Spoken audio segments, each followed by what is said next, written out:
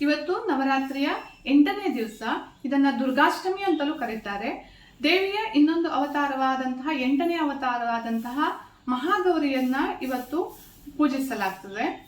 ಈ ಮಹಾಗೌರಿಯ ಕುರಿತಾಗಿ 2 ದಂತಕಥೆಗಳನ್ನ ಹೇಳಲಾಗ್ತದೆ.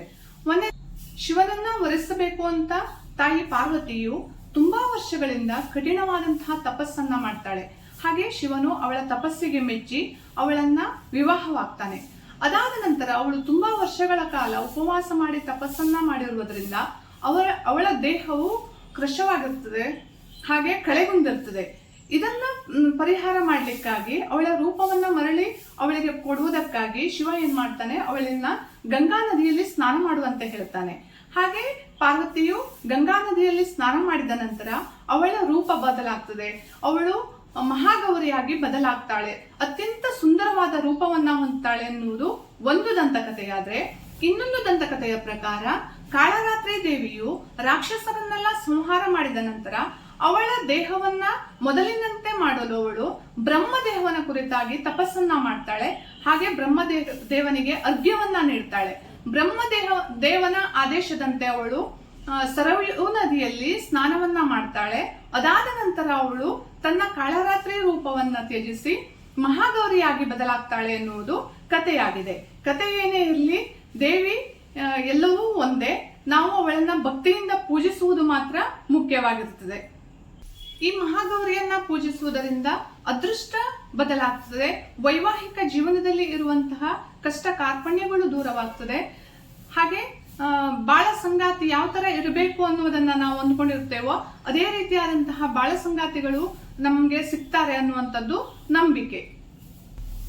ಸ್ವಾಗತ ಸ್ವಾಗತ ಸುಸ್ವಾಗತ ವಾಣಿ ವೀಣಾ ಪಾಣಿ ವಿದ್ಯಾದಾಯಿನಿ ಮಾತೆ ಶಾರದೆಗೆ, ಮಾತೆ ಶಾರದೆಗೆ ಸ್ವಾಗತ ಸ್ವಾಗತ ಸುಸ್ವಾಗತ ವಾಣಿ ವೀಣಾ ಪಾಣಿ ವಿದ್ಯಾದಾಯಿನಿ ಮಾತೆ ಶಾರದೆಗೆ, ಮಾತೆ ಶಾರದೆಗೆ. ಏನನ್ನ ಹೇಳಿಕೊಟ್ಟಿದ್ದೇನೆ ಅನ್ನೋದು ನಿಮ್ಗೆ ಈಗಾಗಲೇ ಗೊತ್ತಾಗಿರ್ಬೇಕು. ಇವತ್ತು ಮಹಾಗೌರಿಯ ಜೊತೆಗೆ ಶಾರದೆಯನ್ನು ಸಹ ಪೂಜಿಸಲಾಗುತ್ತದೆ. ಇವತ್ತು ಪ್ರತಿ ಮನೆಯಲ್ಲಿಯೂ ಶಾರದೆಯನ್ನ ಸ್ಥಾಪನೆ ಮಾಡುವುದರ ಮೂಲಕ ಮುತ್ತೈದೆಯರಿಗೆ ಬಾಗಿನಗಳನ್ನ ಕೊಡುವುದು ಪದ್ಧತಿಯಾಗಿದೆ. ಹಾಗೆ ವಿದ್ಯಾ ಬುದ್ಧಿ ಸಂಪತ್ತನ್ನ ಕೊಡ್ಲಿ ಅಂತ ಆ ತಾಯಿಯಲ್ಲಿ ಬೇಡ್ಕೊಳ್ತಾ ನಾವು ಇವತ್ತಿನ ರೆಸಿಪಿಯನ್ನ ಶುರು ಮಾಡೋಣ. ಇವತ್ತು ಮಹಾಗೌರಿಗೆ ಇಷ್ಟವಾಗಿರುವಂತಹ ತೆಂಗಿನಕಾಯಿಯಿಂದ ಮಾಡುವಂತಹ ಬರ್ಫಿಯನ್ನ ನಾನು ಮಾಡ್ತಾ ಇದ್ದೇನೆ. ಹಾಯ್ ಫ್ರೆಂಡ್ಸ್, ನಮಸ್ಕಾರ, ವೆಲ್ಕಮ್ ಟು ನಳಪಾಕ. ಬನ್ನಿ ಇದನ್ನ ಹೇಗ್ ಮಾಡೋದು ಅಂತ ನೋಡೋಣ.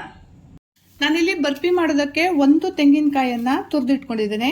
ಹಾಗೆ ಇದಕ್ಕೆ ಪರಿಮಳಕ್ಕೆ 4-5 ಏಲಕ್ಕಿಯನ್ನ ಸಹ ಹಾಕೊಂಡಿದ್ದೇನೆ. ಈಗ ಇದನ್ನ ಒಂದು ಮಿಕ್ಸರ್ ಜಾರ್ನಲ್ಲಿ ಹಾಕಿ ತರಿತರಿಯಾಗಿ ರುಬ್ಕೊಳ್ತೇನೆ. ನೀರನ್ನ ಹಾಕಬಾರ್ದು, ಇದು ಸ್ವಲ್ಪ ತರಿತರಿಯಾಗಿ ರುಬ್ಕೊಳ್ಬೇಕು. ಇದು ರುಬ್ಕೊಂಡಿದ್ದಾಗಿದೆ. ಕಾಯಿ ತುರಿ ಎಷ್ಟಿದೆಯೋ ಅದರ 1.5 ಪಟ್ಟಷ್ಟು ಹೆಚ್ಚು ಸಕ್ಕರೆಯನ್ನ ಸೇರಿಸ್ಕೊಳ್ಬೇಕು.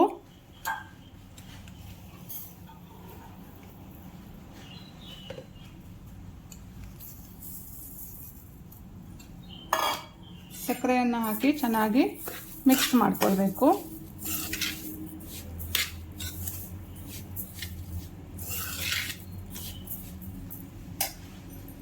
ಚಿಟಿಕೆ ಉಪ್ಪನ್ನ ಸೇರಿಸ್ಕೊಳ್ತಾ ಇದ್ದೇನೆ. ತುಂಬ ಹಾಕ್ಕೊಳ್ಬೇಡಿ, ಮತ್ತೆ ಒಂದೇ ಚಿಟಿಕೆ ಎಷ್ಟು ಹಾಕೊಂಡ್ರೆ ಸಾಕು. ಈಗ ಇದನ್ನು ಚೆನ್ನಾಗಿ ಮಿಕ್ಸ್ ಮಾಡಿಕೊಂಡು ಕಾಯಿಸಬೇಕು.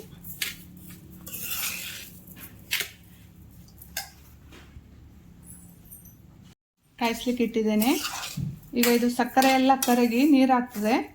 ನಂತರ ಮತ್ತೆ ಗಟ್ಟಿ ಆಗಬೇಕು. ಸ್ವಲ್ಪ ದಪ್ಪ ತಳದ ಪಾತ್ರೆಯನ್ನು ತಗೊಳ್ಳಿ, ಇಲ್ಲಾಂದರೆ ತಳ ಹಿಡಿದು ಬಿಡುತ್ತೆ.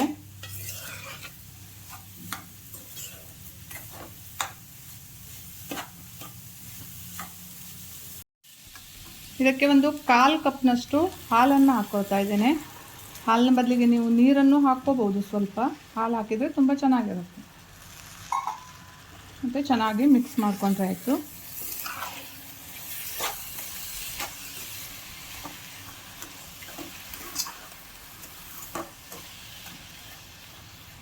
ಹಾಗೆ ಇದಕ್ಕೆ 1-2 ಸ್ಪೂನ್ನಷ್ಟು ತುಪ್ಪವನ್ನು ಸೇರಿಸ್ಕೊಳ್ತಾ ಇದ್ದೇನೆ.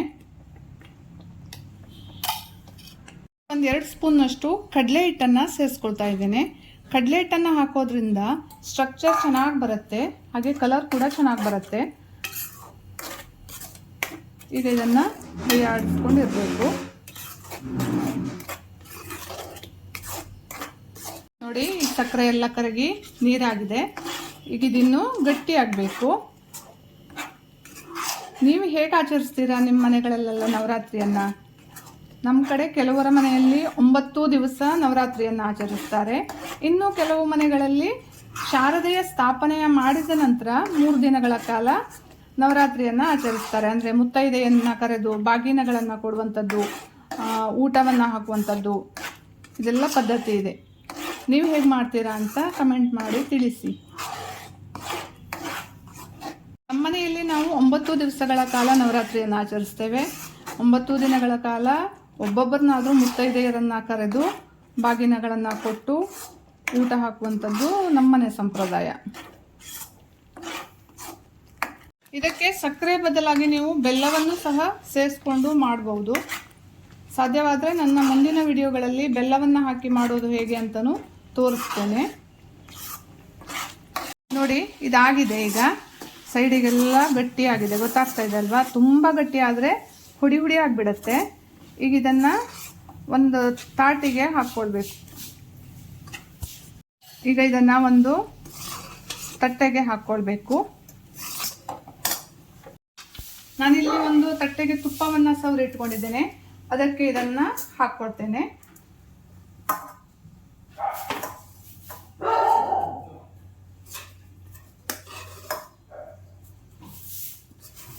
ನೀವು ಬಟರ್ ಪೇಪರ್ ಇದ್ದರೆ ಅದನ್ನು ಸಹ ಯೂಸ್ ಮಾಡ್ಕೊಳ್ಬಹುದು.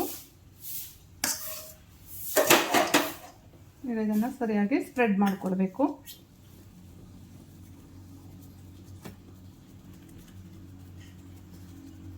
ಇದಾರಿದ ಮೇಲೆ ಬೇಕಾದ ಆಕಾರದಲ್ಲಿ ಇದನ್ನು ಕಟ್ ಮಾಡಿಕೊಂಡ್ರೆ ಆಯಿತು.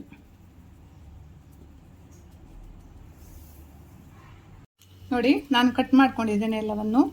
ಎಷ್ಟು ಚೆನ್ನಾಗಿರುವಂತಹ ಸ್ಮೂತಾಗಿ ಬಂದಿದೆ. ಸ್ಟ್ರಕ್ಚರ್ ನೋಡಿ ಎಷ್ಟು ಚೆನ್ನಾಗಿದೆ ಅಂತ. ಚೆನ್ನಾಗಿರೋ ತೆಂಗಿನಕಾಯಿ ಬರ್ಫಿ ರೆಡಿ ಆಯಿತು. ನೋಡಿ, ದೇವಿಗೆ ಇಷ್ಟವಾಗಿರುವಂತಹ ತೆಂಗಿನಕಾಯಿ ಬರ್ಫಿ ರೆಡಿ ಆಯಿತು. ನನ್ನ ಈ ಅಡುಗೆ ಇಷ್ಟ ಆಗ್ತಿದ್ರೆ ಲೈಕ್ ಮಾಡಿ, ಶೇರ್ ಮಾಡಿ, ಸಬ್ಸ್ಕ್ರೈಬ್ ಮಾಡಿ, ಹಾಗೆ ಕಮೆಂಟ್ ಮಾಡಿ. Thank you.